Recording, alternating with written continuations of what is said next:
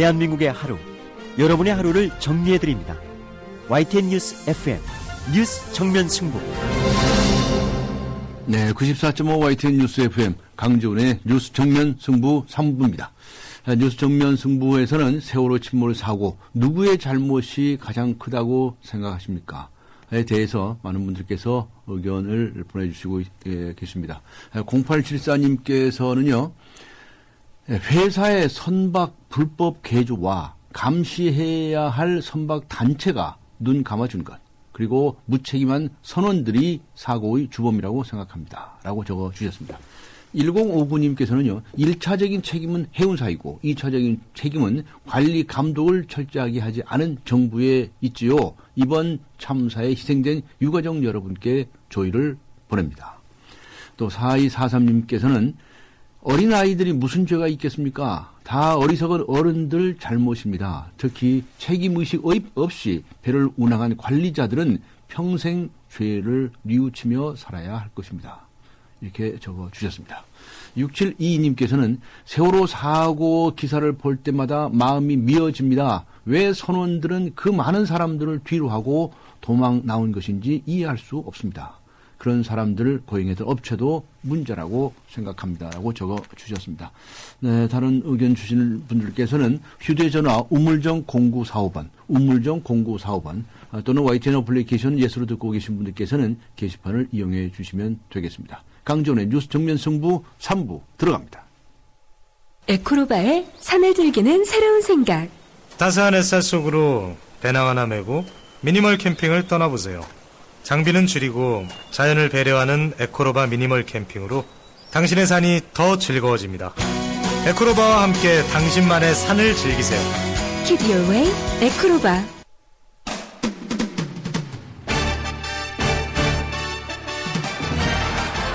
네, 스포츠 소식 간단히 듣고 지나가겠습니다. 일간 스포츠의 이은경 기자 연결합니다. 안녕하세요. 네, 안녕하세요. 네, 프로야구 LG의 김기태 감독이 오늘 전격 사퇴를 했네요. 예, 어제 대구에서 열린 삼성과 LG의 프로야구 경기장에 김기태 감독이 나타나지 않으면서 먼저 이상 기운이 감지가 됐고요. 네. LG 구단이 어제 경기 직후에 이 김기태 감독이 성적 부진에 대한 책임을 지고 자진 사퇴했다고 발표를 했습니다. 네. 어제 경기 LG는 3대7로 패배를 했고요. LG 당분간 조계현 수석 코치가 감독 대행을 맡을 예정입니다. 김기태 감독이 2012년에 LG 맡아서 지난해에는 11년 만에 LG를 포스트 시즌에 올려놨는데요. 사실 지난해 좋은 성적을 냈고 또 아직 시즌 개막 한 달 정도밖에 지나지 않은 4월이라서 자진 사퇴는 좀 의아하다는 반응이 상당수입니다. 하지만 김기태 감독 올 시즌 LG가 지금 현재 최하위에 그치고 있고 네. 또 빈볼 논란 때문에 팀이 여러 가지로 어수선해지니까 팀 분위기를 바꾸기 위해서 스스로 물러난다 이렇게 밝혔고요. 올 시즌 18경기 만에 사퇴한 김 감독이 역대 프로야구에서 네 번째로 이른 시기에 사퇴한 사령탑이 됐습니다. 네, 박주영 선수, 축구대표팀의 박주영 선수가 오늘 공식 인터뷰를 했는데 어떤 얘기를 했나요? 예, 박주영 선수 오늘부터 이 파주 NFC에서 훈련을 시작했는데요. 네. 훈련 시작 전에 인터뷰를 했습니다. 현재 이달 초에 이 발가락 부분에 봉화지겸이 생겨서 이 급거 귀국을 해서 치료를 받았고요. 이 소속팀 와포드에는 복귀하지 않고 이제 국내에서 대표팀 스태프 도움을 받아서 훈련을 할 예정입니다. 하지만 사실 이 부분에 대해서 많은 축구 팬들이 박주영 선수만 특혜를 받는 게 아니냐 이렇게 좀 반발하고 논란도 있었는데 오늘 인터뷰에서 박주영 선수가 특혜라고 비춰줄 수 있다는 건 알고 있지만 사죄할 부분이 있다면 사죄하고 또 축구 선수인 만큼 훈련과 경기에서 최선을 다해 좋은 모습 보여드리는 것으로 대신하겠다 이런 말을 했습니다. 그리고 박주영 선수가 이 세월호 참사 피해 가족들을 위해서 1억 원을 오늘 대한적십자사에 기부했습니다. 네, 그랬군요. 오늘 말씀 여기까지 듣도록 하겠습니다. 수고하셨습니다. 예, 감사합니다. 네, 감사합니다. 지금까지 일간스포츠의 이은경 기자였습니다. 지금 시각은 7시 16분을 가리키고 있습니다. 이 시각 교통 상황 알아보겠습니다. 유보연 캐스터입니다. 네, 정확한 정보를 전해드리는 뉴스 정면 승부 교통정보입니다. 오늘 퇴근길에 사고 소식이 끊이지 않고 있는데요. 이번에 강남대로입니다. 신사역에서 한남나들목 쪽으로 사고가 났습니다. 다행히 큰 정체는 없지만 이 부분 주의해서 지나셔야겠고요. 그 이전에 양재역에서 신논현역 구간 더디게 진행하고 있고 반대쪽 강남역에서 서초 우성아파트 구간 정체입니다. 학동로가 강남구청역에서 논현역까지 속도를 못 내고 있고요. 봉은사로가 삼릉공원에서 신논현역 구간 시속 10km 정도로 지나고 있습니다. 신촌로 웨딩타운에서 아현교차로, 반대쪽 웨딩타운에서 신촌교차로 구간 차간거리 좁혀져 있고요. 이어지는 양화로가 동교동 3골에서 합정역 구간 양방면 속도를 못 내고 있습니다. 지금까지 뉴스 정면 승부 교통정보 유보연이었습니다.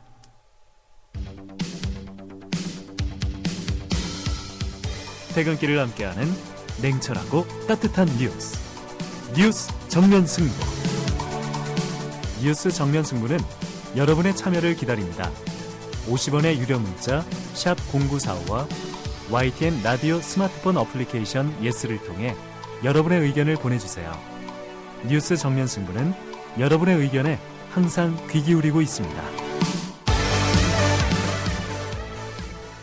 네, 세월호 사고로 온 국민이 슬픔에 잠겨있는 이 시기에 북한의 핵실험 징후가 포착이 되면서 한반도의 긴장이 다시 고조되고 있습니다. 특히 오바마 미국 대통령의 방한을 앞두고 있어서 북한의 이런 행동에 어떤 의미가 있는지 주목을 하지 않을 수가 없는데요. 오늘 세 번째 정면 인터뷰에서는 북한의 4차 핵실험 여부에 관해서 상황 분석을 해보도록 하겠습니다. 세종연구원의 홍현익 수석연구위원 연결합니다. 안녕하세요. 네, 안녕하십니까. 네, 북한이 4차 핵실험 징후를 보인다라고 하는 것인데요. 어떻게 보십니까? 지금 북한에서 어떤 구체적인 무슨 정황이 좀 보입니까? 네, 우리 국방부 얘기인데요. 예. 한미 정보당국의 그 위성을 통해 관찰한 바에 의하면 지난주부터 차량이 그 함경북도 길쭉은 풍계리 지금까지 3차례 핵실험을 했던 곳에 차량 이동이 많이 관찰이 되고 이미 그 굴은 파져 있는 거고요. 네. 그리고 폭약 장치와 그 뭐 케이블선 연결 이런 게 정확하게 구체적으로 지금 얘기는 안 하고 있지만은 이게 다 완료됐을 가능성이 농후하게 있다. 네. 그리고 지난 주말에 그 고위 관계자들이 거기를 답사한 것으로도 볼 수 있다. 네. 따라서 이 흙을 메우면은 이제 핵실험을 하는 건데요. 통상은 그런데 지금 새로운 게 그 안에 굴을 깊숙이 파가지고 이 저 철문을 여러 개를 설치함으로써 네. 이 토사를 메우지 않더라도 핵실험이 가능하기 때문에 언제든지 김정은의 결단만 있으면 실험이 가능하다. 따라서 과거에는 흙을 싸가지고 거기 덮는 모습을 보면 이제 하나보다 이랬는데 그 과정이 이제 생략될 수 있기 때문에 언제든지 핵실험 사실상 할 수 있다. 이렇게 이제 우리 군에서는 보고 있는 거고요. 네. 그래서 이제 미국의 그 38 로스라고 하는 데서는 지난 19일까지 이제 관찰한 바에 의하면 주로 그 동양이라고 하는 게 박스를 많이 쌓아놓고 목재를 쌓아놨는데 뭐 이렇게 송신용 안테나 뭐 이 통신 장비 이런 게 관찰이 되지 않는 걸로 봐서 초기 단계가 아니겠느냐. 미국에서는 또 그러고 있어요. 네. 그런데 이제 우리로서는 이게 북한이 4차 핵실험하면 이게 보통 문제가 아니기 때문에 가능성을 크게 열어놓고 최대한 그 보수적으로 해석을 해야 되지 않나 이렇게 네. 봅니다. 예. 북한이 오늘 보도된 바에 의하면 말이죠. 네. 이 세월호 참사 네. 이거 덮기 위해서 이 긴장 고조시키는 거다. 네. 라고 지금 남한 정부에 대해서 비판을 했네요. 네. 그들은 뭐 늘상 그랬죠. 뭐. 네. 천안함도 뭐 남한의 저 모략이라 그러고 네. 그런 것은 이제 자신들이 뭐 하여튼 이 남한의 정부를 그 수세에 몰기 위해서 네. 위로 전문도 보내온 거 아니겠습니까? 네, 네. 이것을 보면은 그동안에는 이 남한 정부가 무능하다 뭐 이렇게 몰아세우다가 또 뭐 여차해서 그 북한을 자꾸 음해하고 그러면은 남해에다 수장시키겠다 뭐 이렇게까지 해서 우리를 비아냥거렸거든요. 네. 그러다가 이제 그 위로 전문도 보내고 하는 거 보면은 북한의 그 어떤 전략이라고 하는 것은 사실은 국력으로 봐서는 뭐 가능성이 거의 없는 거지만 그래도 남한에서 남남 갈등 조장하고 또 정부를 수세에 몰아서 민심을 북한에 우호적으로 하려는 그런 최대한의 노력을 하는 모습을 보고 있습니다. 네. 북한이 특히 이 오바마 미국 대통령의 방한 시기에 맞춰서 이런 움직임을 보이는 것이다. 이렇게 보십니까? 그러니까 저는 냉철하게 말씀드리면은 예. 핵실험을 결국 하려는 쪽으로 갈 거는 분명한데 할 것 같다. 네, 내일이나 모레 할 것 같지는 저는 않습니다. 예. 왜냐하면은 만약에 내일이나 모레 북한이 핵실험을 한다면 그거는 김정은이 그야말로 예측 불가능한 비합리적인 전략가다 이렇게 봐야 되는 거거든요. 네. 왜냐하면 지금 중국이 엄청난 압박을 가하고 있고요. 예. 핵실험하면 가만두지 않겠다. 동맹이고 뭐고 진짜로 이번에는 그 북중 관계 파탄 날 거 각오해라 이렇게 압박하고 있고요. 예. 반면에 이 육자회담 재개되도록 조금 양보하면 경제 지원도 더 해주고 베이징으로도 김정은 초대할 수 있다. 이렇게까지 양면으로 지금 하고 있고요. 중국은. 네. 러시아도 북한에 투자할 수 있다. 일본도 북일 대화하고 있고요. 네. 특히 우리 정부는 드레스덴 선언을 보면은 우리 대통령께서 남북 관계를 개선하기 위해서 여러 가지 북한이 솔깃한 것도 들어있는 제안을 했거든요. 네. 그리고 뭐 오이사 조치나 금강산 관광 재개도 북한의 태도 여하에 따라서는 할 수 있다고 해서 이명박 정부보다는 훨씬 좀 부드러운 태도를 보인 게 사실인데 네. 이런 상황에서 모든 걸 다 걷어차고 핵실험을 한다는 거는 네. 그야말로 우리가 북한이 4차 핵실험을 하면은 급변사태 대비해야 되고 북한은 그야말로 이 체제의 무덤을 파는 거다. 저는 그렇게 보는데 네. 과연 할 것이냐. 네. 그런데 하여튼 동향은 보이니까 네. 김정은이 장성택을 처형한 걸로 봐서는 김정은이 정말 무모한 지도자라면 핵실험을 하겠지만 제가 볼 때는 그렇게 과연 무모할 것이냐. 네. 무모하지 않다면은 하더라도 네. 지금은 하지는 않을 것 같고요. 예. 박근혜 대통령하고 오바마 대통령하고 정상회담에서 무슨 메시지가 나오는가 일단 들어보고 예. 그러고 나서도 마음에 안 들면 뭐 장거리 로켓 발사 한번 해보고 네. 그다음에 안보리 제재 나오면 그때 핵실험을 하지 않을까. 저는 이제 그래서 당장 임박해 보이지는 않는데 네. 그러나 김정은이 장성택을 처형한 거 보면 아주 예측 불가능한 사람일 수도 있기 때문에 네. 걱정을 해보는 거죠. 네. 여러 가지 정황으로 봐서는 지금 당장 할 것 같지는 않은데. 네. 그런데 워낙에 무모한 사람이니까. 네. 예측하기가 어렵다. 이런 말씀이시네요. 네. 네. 박근혜 대통령이 중국의 국가 주석하고도 통화를 하지 않았습니까? 네. 이거 비슷한 맥락의 이야기가 오고 갔겠죠? 네, 박근혜 대통령께서 아주 시적절하게 네. 시진핑 주석하고 40분이나 통화를 했는데요. 특히 우리 세월호 사건으로 인해서 이 중국의 국적인들도 4명이 희생을 당했습니다. 네. 거기에 대해서 박근혜 대통령이 이제 중국의 그 지도자한테 이런 설명을 하고 유감을 표명하고 시 주석은 이제 한국에 큰 참화가 났으니까 지원을 하겠다 한 데 대해서 박근혜 대통령께서는 감사의 표시를 하고 네. 이게 이제 사실상 통화한 명분입니다. 네. 그러니까 오바마 대통령이 사실 오기 이틀 전인데 네. 한중 간의 정상 간의 통화하면 그 오바마 대통령도 별로 좋지는 않겠죠. 그러나 우리가 명분이 있기 때문에 통화를 했고요. 네. 이 기회에 북한의 핵실험 동향이 있으니까 이걸 차단해야 중국에도 국익이 유리하고 우리한테도 매우 절실하니까 네. 서로 협력하자 이런 말씀을 하셨고요. 시 주석도 한반도의 평화 안정이 중국과 한국의 공동의 이익이다 이렇게 확인함으로써 이거 전화 통화 자체가 김정은한테는 엄청난 압박이 되리라고 저는 봅니다. 네. 그러니까 아주 시의적절하게 잘 통화를 하신 거고요. 네. 그러니까 이게 또 다른 측면으로 보면 너무 한미 동맹에만 치중하지 않고 네. 중국과의 관계도 잘 돈독하게 하는 이런 어떤 균형 외교의 모습이라고도 볼 수 있습니다. 네. 그런가 하면 미국 측에서도 말이죠. 네. 우리나라가 중국을 접촉을 해서 북한을 좀 설득을 하는 것을 반대하지는 않지 않습니까? 미국도 직접 중국에 대해서도 그럼요. 설득을 하고 있으니까. 네네. 그렇죠? 네, 반대하진 않는데 네. 지금 사실 오바마가 내일 이제 서울에 오는데 네. 그 숨은 의도를 보면 한미일 3국 동맹 만들자는 거거든요. 예. 그런데 이제 동맹이라는 거는 항상 가상적이 있습니다. 가상적이 어디라고 지목하진 않지만 사실상 중국과 북한 아닐까요? 예. 그런 상황에서 우리 수반이 시진핑 주석하고 통화했다는 거는 별로 오바마로서는 달갑진 않겠죠. 그러나 아까 말씀드렸듯이 명분이 있기 때문에 네. 이 세월호 참사라든지 또 지금 북한의 핵실험 동향이 워낙 긴급하기 때문에 통화할 명분이 있었기 때문에 이런 기회에 한중 전략적 동반자 관계를 다지는 건 굉장히 잘한 거라고 저는 봅니다. 네. 북한이 어제 10개 항목으로 된 공개 질문장 보내오지 않았습니까? 네. 거기서 우리나라 통일부에서는 답변할 필요성이 없다는 입장을 취하고 있죠?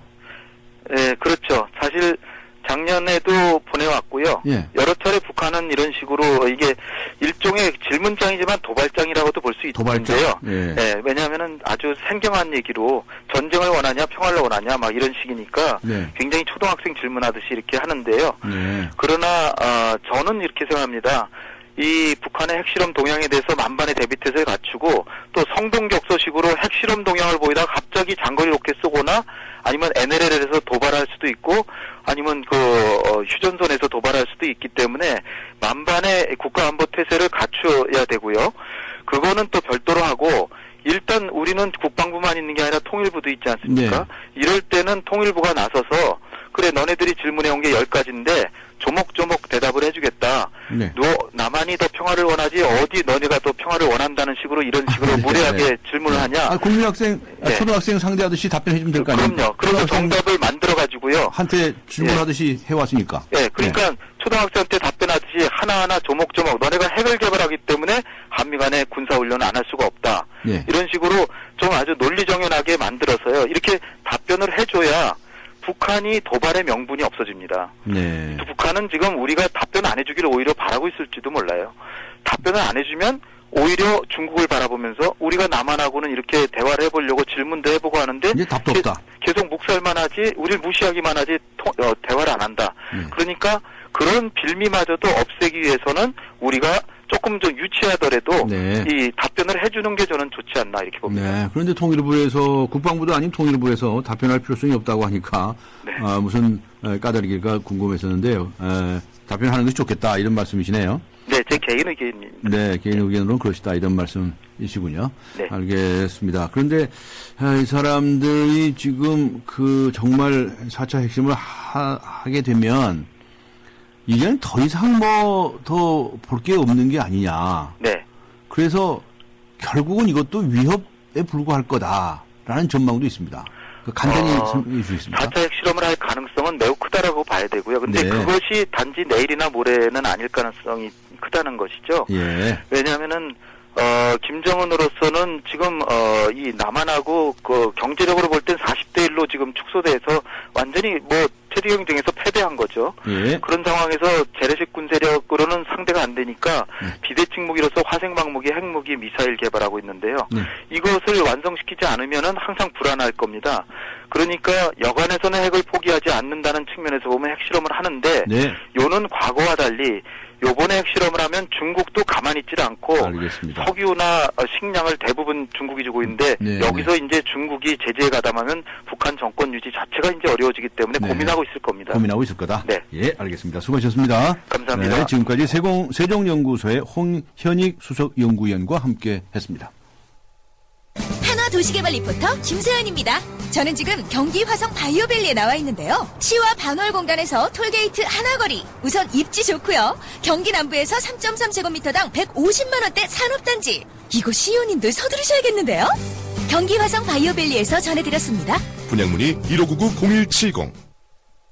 네, 오늘 뉴스 정면 승부에서는 세월호 침몰 사고 누구의 잘못이 가장 크다고 생각하십니까?에 대해서 여러분들의 의견을 듣고 있는데요. 많은 분들께서 의견을 보내주고 계십니다.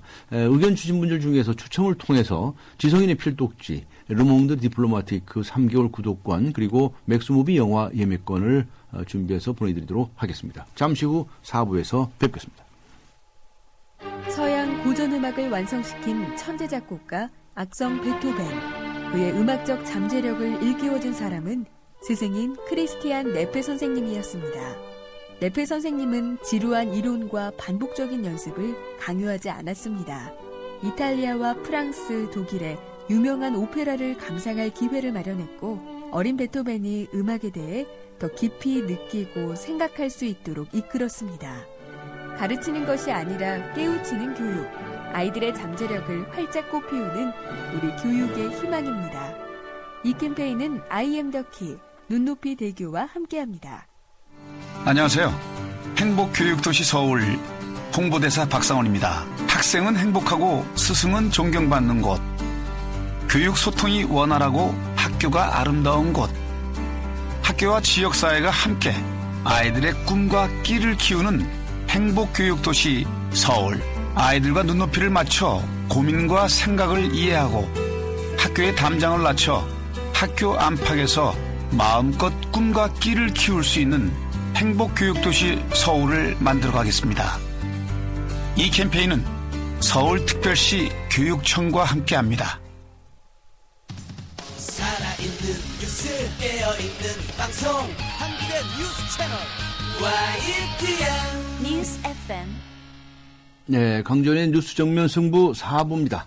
잠시 후에는 세월호 침몰 사고와 관련해서 과연 법적인 어떤 문제들이 있는지 자세히 살펴보도록 하겠습니다. 해양 전문 변호사이시지요. 현덕규 변호사 초대했습니다. 4부 들어갑니다. 지금 휘센을 켜보세요. 그리고 크게 숨을 쉬어보세요. 차갑게 불어오는 빠르고 힘센 바람이 당신을 알래스카의 자연으로 데려다줍니다. 이 시원한 느낌 그대로 LG 휘센.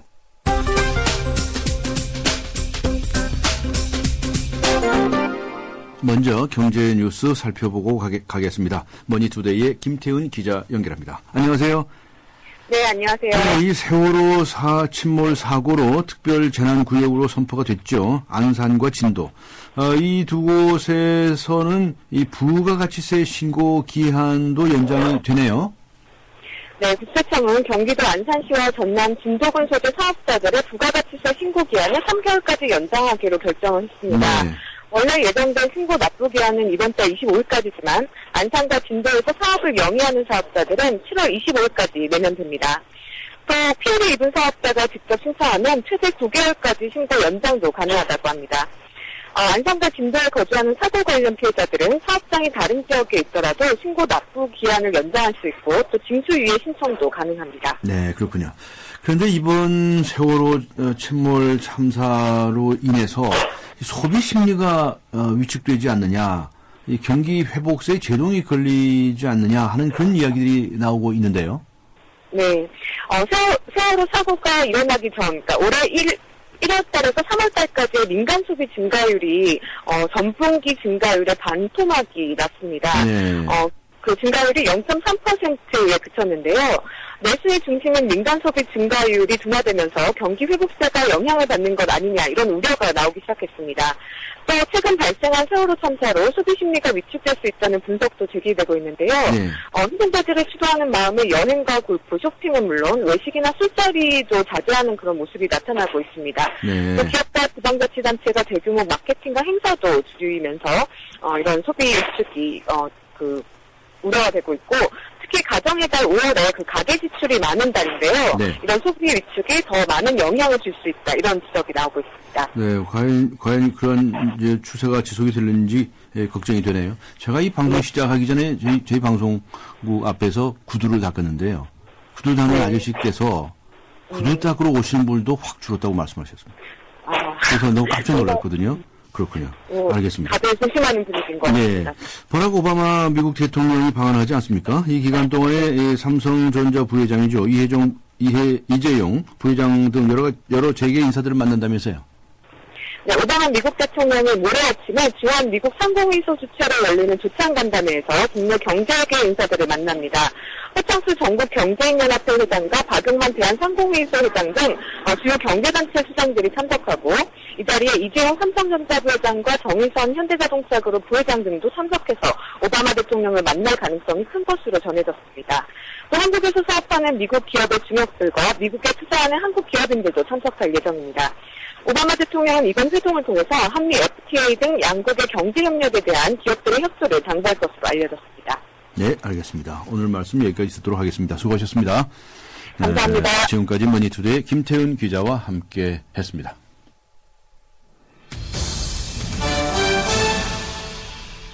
네, 이번 세월호 침몰 사고와 관련해서 검경 합동수사본부가 여러 가지 수사를 좀 진행을 하고 있습니다.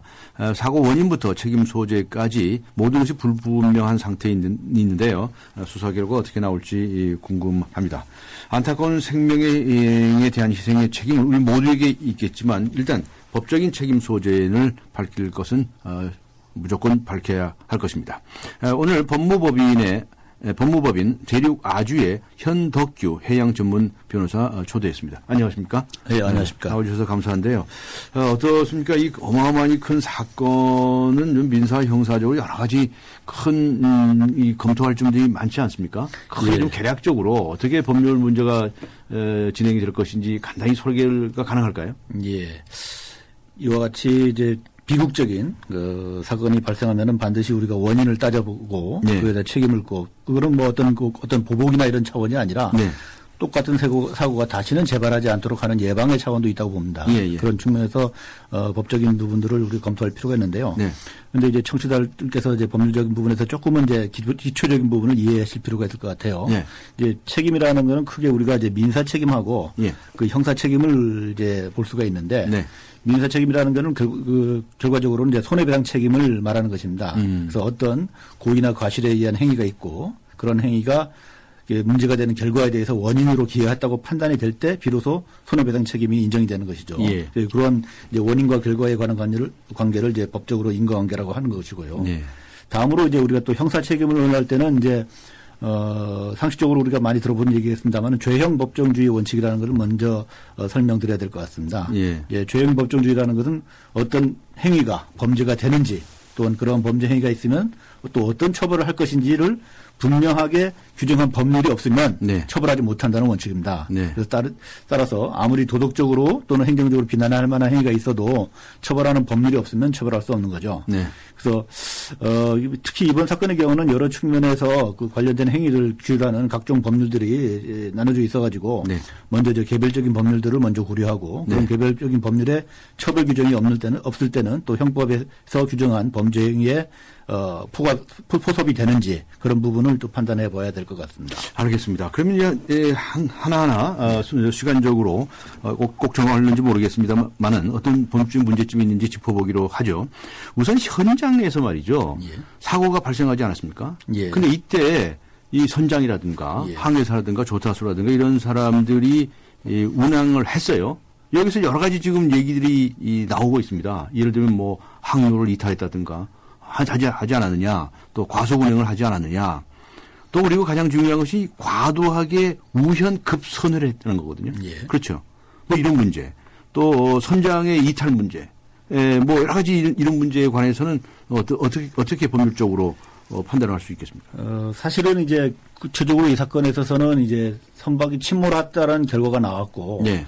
하지만 더 중요한 거는 그 인명의 이제 피해가 발생하고 있다는 거거든요. 네. 그러니까 선박이 침몰했다는 거하고 인명의 피해가 자동적으로 연결되는 건 아닙니다. 네. 결과적으로는 이제 해양 사고라는 거는 어떤 형태로도 날 수가 있는 것인데 결과적으로 이제 인명의 사고 피해가 났다라는 거는 어떤 구체적인 요인이 개입이 되느냐 하는 부분을 따져봐야 하는 것이죠. 그래서 네. 나중에 이제 조금 더 구체적으로 보겠습니다만은 그래서 현재로서는 사고 원인에 상당히 어떤 관심을 많이 가지고 하지만 사실 구체적인 어떤 결과는 이제 구조, 조치의 미흡 이런 부분들이 법적인 평가는 더 크게 평가를 받아야 되는 것이고요. 네. 다만 이제 지금 말씀하신 것처럼 선장이 직접 그 조타실에 있었느냐, 또는 화물에 과적이 있었느냐, 그리고 또 과속으로 항해를 했느냐 하는 부분들이 사고의 원인을 따지는 데서는 분명히 의미가 있는 것이죠. 네. 만일에 이제 우리가 구태여 그 어떤 경중을 논한다 그러면 사고 원인 부분하고 관련해서는 화물의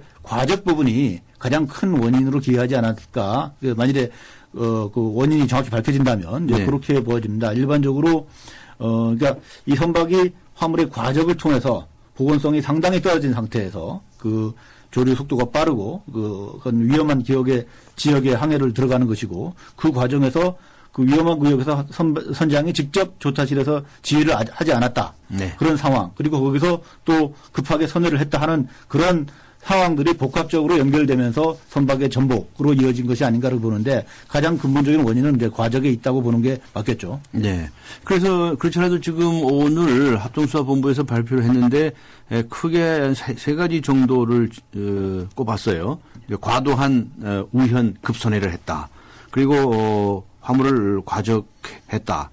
또 여러 가지 이제 문제들을 얘기를 했는데 조금 전에 말씀하신 것처럼 화물을 과적했다라고 한다면 이 문제가 큰 거죠.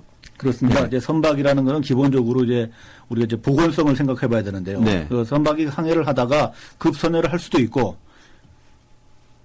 경우에 따라서는 이제 무슨 위험한 상황에 처할 수도 있고 네. 파도를 만날 수도 있고 뭐 여러 가지 상황이 생깁니다. 그래서 선박이라는 거는 조종을 하다 보면 선회도 할 수도 있고 네. 속도를 빨리 낼 수도 있기 때문에 네. 어느 정도 범위 내에서는 그런 상황을 이겨낼 수가 있는 구조를 갖고 있는 거죠. 근데 너무 화물을 규정보다 너무 많이 실어서 선박의 보건성이 상실이 되면 그와 같은 통상적인 조종 행위 속에서도 선박이 위험에 처하게 되는 거기 때문에 네. 우리가 법적인 어떤 평가를 한다 그러면 세 가지 측면 중에서는 과적 부분을 가장 엄중하게 평가를 해야 되지 않을까 싶습니다. 네. 그리고 더 나아가서 화물을 실었는데 말이죠. 이거 결박을 아주 부실하게 했다. 예. 이거 고박이라는 용어를 쓰더군요. 그렇습니다. 이것도 큰 문제라면서요. 왜냐하면 예. 이렇게 선회를 할 때 확 쏠려서 이 전복을 초래할 가능성이 있다는 거 아니겠습니까? 예, 그렇습니다. 이제 고박이라는 용어는 이제 결국 고정하고 결박을 한다. 네. 그 두 가지 용어를 합쳐서 이제 고박이라는 말을 쓰는 건데요. 네. 결국 이제 과적과 그 고박의 문제가 같이 복합적으로 작용을 하는 거죠. 과적 때문에 이제 그 선박의 보건성이 상실되는데 네. 그 와중에서 급하게 선회를 하면서 선물이 한쪽으로 쏠려서 떨어지면 네. 그 자체가 이제 무게 중심을 이동을 시켜버리기 때문에 네. 다시 복원할 수 있는데 이제 치명적인 어떤 어려움을 야기하는 것이죠. 네. 그리고 이제 또 이 문제도 나오고 있습니다. 선박 자체에 문제가 있지 않느냐. 이게 워낙이 일본에서 예. 18년이나 된 예. 그 선박을 사왔다. 예. 이걸 고철 값으로 사왔다 하는 말도 있어요. 지금 정확하게 밝혀지지는 않고 있는데요. 그런 걸 사왔다. 그 사온 것까지도 좋은데, 좋다기보다도 사왔는데, 거기 또 이 증축을 했다는 겁니다. 예. 상부 예. 구조를 늘렸다는 거 아니겠습니까? 예. 그렇다고 한다면 그건 더 많이 승객을 예. 싣거나 하고자 하는 그런 것이었겠죠? 예. 그런데 거기에 따르는 무슨 안전조치라든가 이런 게 좀 미흡했다. 뭐 이런 것들도 좀 수사가 돼야 되는 거 아니겠습니까? 예, 그 부분도 어쨌든 이제 수사기관에서 네. 꼼꼼히 좀 들여다봐야 될 부분인데요. 일차적으로 그 선박의 선령에 대해서는 일단은 예를 들어서 일본에서 20년 정도만 이제 선박의 연령 제한을 한다 그러면 네. 18년 정도 되면은 사실상 앞으로 2년밖에 못 쓰는 선박이니까 네, 네. 상당히 저가에 우리가 이제 구입해 올 수 있을 겁니다. 네. 근데 선박 자체의 그 선령이라는 부분은 선박을 구성하고 있는 선체 자체 예. 그 자체는 뭐 우리가 잘 관리를 하고 페인트를 잘 관리하고 하면은 오래도 쓸 수는 있습니다. 근데 문제는 이렇게 나이가 많이 들면은 예. 그 선박의 외판이나 이런 부분은 큰 문제가 없을 수 있지만 네. 선박의 기관이라든가 예. 조탁이라든가 그런 네. 여러 가지 항해 장비에는 문제가 있을 수가 있거든요. 이거는 네. 계속적으로 이제 그 움직이고 있는 부분이니까. 그리고 최근에 또 이제 밝혀진 내용 중에 보면은 이 선박이 오른쪽에 그 선박의 정면부에 그 하물에 그 자동차가 내리는 램프가 있었다 그럽니다. 원래 네. 원래서 이제 도에는 그래서 네. 그 램프라는 거는 이제 이게 카페리 경우에는 뒤쪽에서 자동차나 트럭이나 여러 가지 그 중량의 차량들이 선박의 뒤쪽으로 들어와서 네. 도착하면은 앞쪽으로 이제 나가는 구조거든요. 예. 그래서 상당히 이제 그 작업 시간을 이제 줄이는 건데 예. 이 램프가 사실은 중량의 자동차들이 이제 밟고 지나는 부분이기 때문에 일반적인 선박의 외측판보다는 훨씬 두꺼운 구조로 돼 있고 그 자체가 중량이 상당히 많이 나간다고 그럽니다. 네. 언론에 보도된 바에 의하면 한 50톤 정도 된다고 그러는데요. 네. 그러니까 우측에 램프가 50톤짜리가 있었다면 그거에 상응하는 무게가 왼쪽에 가 있었겠죠. 왜냐하면 선박이 정상적으로 균형을 잡아야 되니까. 예. 근데 이제 우측에 있는 그 램프를 제거를 하고 제거하는 개조를 했단 말이죠. 네. 그러면 그 부분에 상당하는 뭔가 이제 무게를 드러내야 되는데 네. 왼편에서 선박에서 뭐 철판을 뜯어낼 방법도 없고 달릴 방법이 없지 않습니까? 네. 그러면 이 선박은 이제 태생적으로 한쪽으로 기울어지는 원래 태어날 때하고는 달라지는 그런 형태가 되는 거죠. 예, 그리고 지금 말씀하신 그 중축 부분도 결과적으로 이제 아마 이제 여객을 더 많이 태우기 위해서 그런 중축을 한 것 같은데 물론 관계기관에서 적절한 어떤 그 검사나 그 안전에 미치는 영향을 파악은 했겠지만 전반적으로 위쪽의 무게가 증가함으로써 선박의 어떤 보건성에서는 좀 부정적인 영향을 미치는 결과가 되지 않았을까 네. 생각을 해봅니다. 네. 노래형 선박 이야기가 나왔는데 이걸 규제 개혁한다고 해서 20년까지 사용할 수 있게 돼 있다면 30년 늘렸다는 거 아니에요? 예, 그렇습니다. 그것도 지금 눈총을 지금 받고 있는데요. 네. 더 나가서 이 얘기는 어떻게 보시나요? 진도 VTS에서 이거 제대로 모니터링 했느냐 하는 그 문제가 나오고 있는데 이거 예. 설명을 좀 해보시죠. 예, 뭐 제대로 모니터링을 하지 않은 것 자체가 뭐 직접적인 사고의 원인이라고 보기는 어렵겠죠. 예. 다만 이제 사고 발생 이후에 대응하는 과정에서 제대로 모니터링이 안 되다 보니까 지금 그 이제 이 대응 과정 이야기로 들어가는데요. 그렇죠. 이제 귀중한 시간을 허비하는 이제 원인이 되었다고 볼 수는 있습니다. 네. 이제 문제는 이와 같이 귀중한 시간을 허비한 것이 그 이후에 발생하는 결과에 어느 정도 기여를 했는지 하는 것이 이제 입증하는 게 과학적으로 쉽지는 않죠.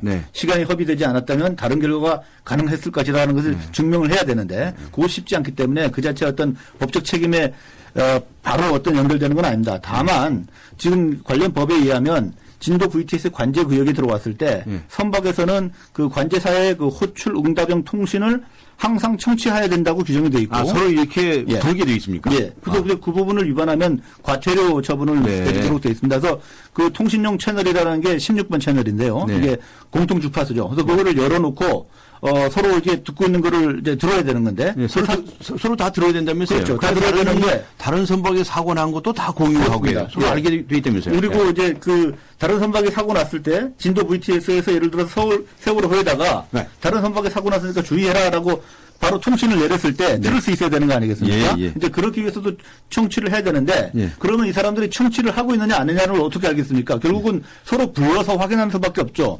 불러서 대답이 나오면 청취를 하고 있는 것이고 불렀는데 대답이 안 나오면 안 듣고 있는 것이 되는 거죠. 네. 그래서 이제 그 문제도 좀 밝혀져야 되겠고. 그런데 이번에 신고할 때는 그 16채널이 아니고 12채널로 했다는 거죠. 그렇습니다. 그건 어떤 문제가 있습니까? 그거는 이제 그 12번 채널은 제주 항무라고 하는 제주 VTS와의 그 통신용 채널입니다. 그러니까 이 세월호 선원들이 무슨 이유에서인지 모르는데 진도 관제구역에 들어갔으면서 공용 통신 채널은 사용하지 않고 직접적으로 제주하고만 개별적으로 통신을 하는 그러니까 이거는 공용 체제도 아니고 1대1 통신입니다. 그러니까 세월호하고 제주 항모하고만 서로 듣고 있는 거죠. 그러니까 무슨 대화를 하는지 다른 선박이나 다른 채널, 다른 어떤 그 주체들이 내용을 알 수 없는 채널로 보고를 한 거죠. 그러니까 이거는 뭔가 자기들의 행동에 대해서 좀 뭔가 좀 숨기고 싶은 의도가 있었던 거 아닌가 하는 그런 의심입니다. 의심을 받고 있죠. 그래서 하여튼 이 문제도 밝혀야 되겠어요. 왜 도대체 선원들이 이런 행동을 했는지 이해가 잘 안 가는 거 아니겠습니까? 더 나아가서 구조 문제도 있습니다. 구조에 관해서도 구조 문제 좀 얘기 좀 해봐 주세요. 이 도대체 이게 너무 부실하다. 너무 지연됐다. 신고받은 후에 도대체 뭐 했냐 말이죠. 그러니까 지금 맨 처음에 첫날 구조한 인원 외에는 한 사람도 더 이상 구출을 못했잖아요. 그러니까 그때 다 바닷속으로 뛰어들었다고 한다면 그 사람이라도 구할 수 충분히 있었다. 라는 얘기 아니겠습니까? 퇴선 명령도 안 했고 말이죠. 그렇습니다. 이걸 그 구조는 이제 그 전에 이제 대피 부분을 우리가 생각을 해야 되는데요.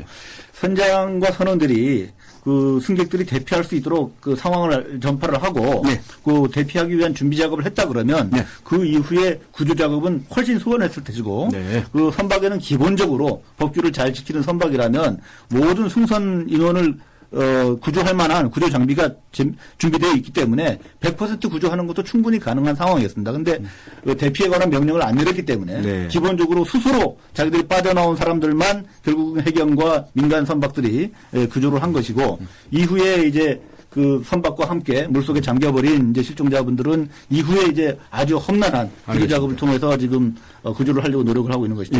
그래서 이제 그때 과연 이 구조 활동이 좀 부실했느냐 하는 문제에 관해서 이제 를 밝히기 위해서 사체 부검까지도 이제 희망을 하시는 그런 유가족분들이 나오고 있는 그런 형편이 이루고 있는데요.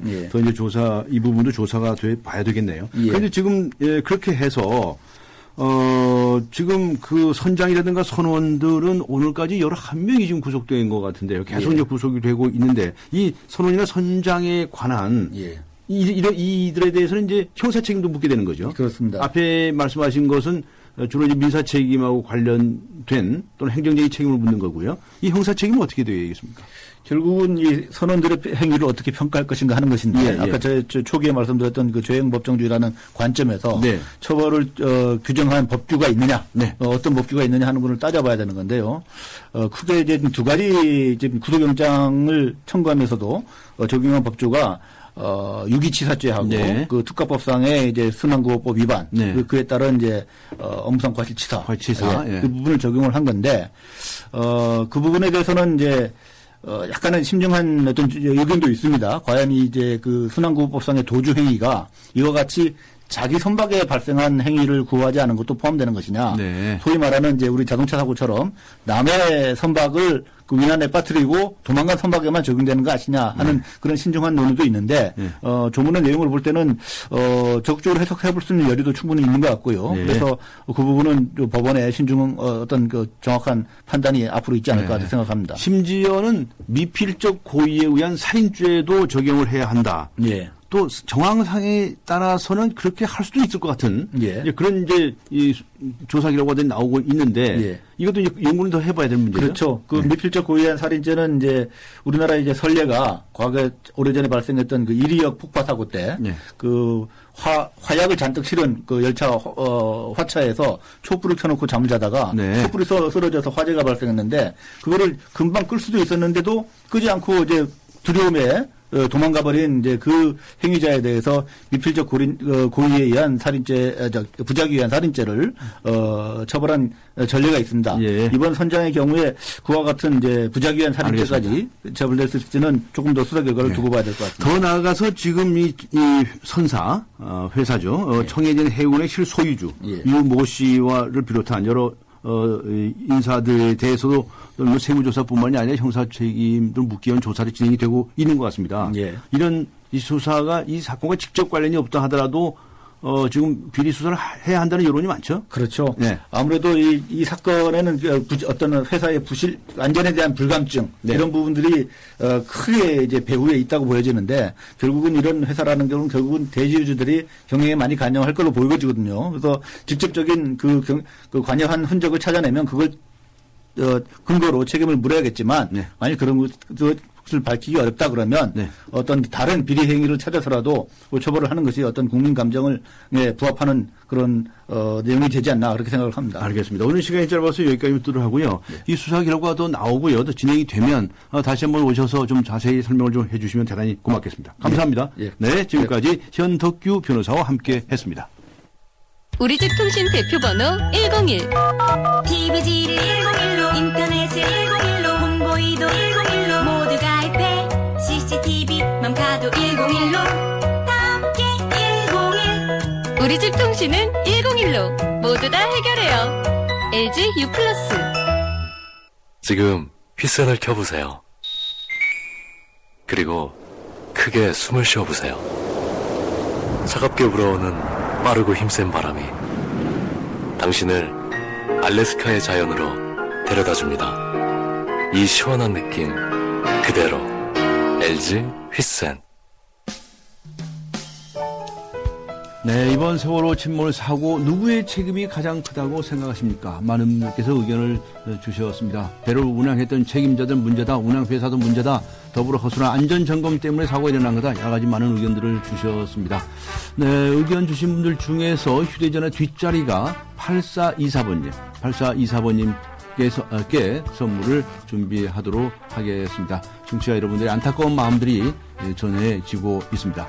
오늘 4월 24일 목요일 뉴스 정면 승부 여기서 마치고자 합니다. 지금까지 프로듀서 신아람, 기술감독 안홍진, 이한님, 작가 황순명, 강혜연, 그리고 진행의 강지훈이었습니다. 여러분 고맙습니다. 감사합니다.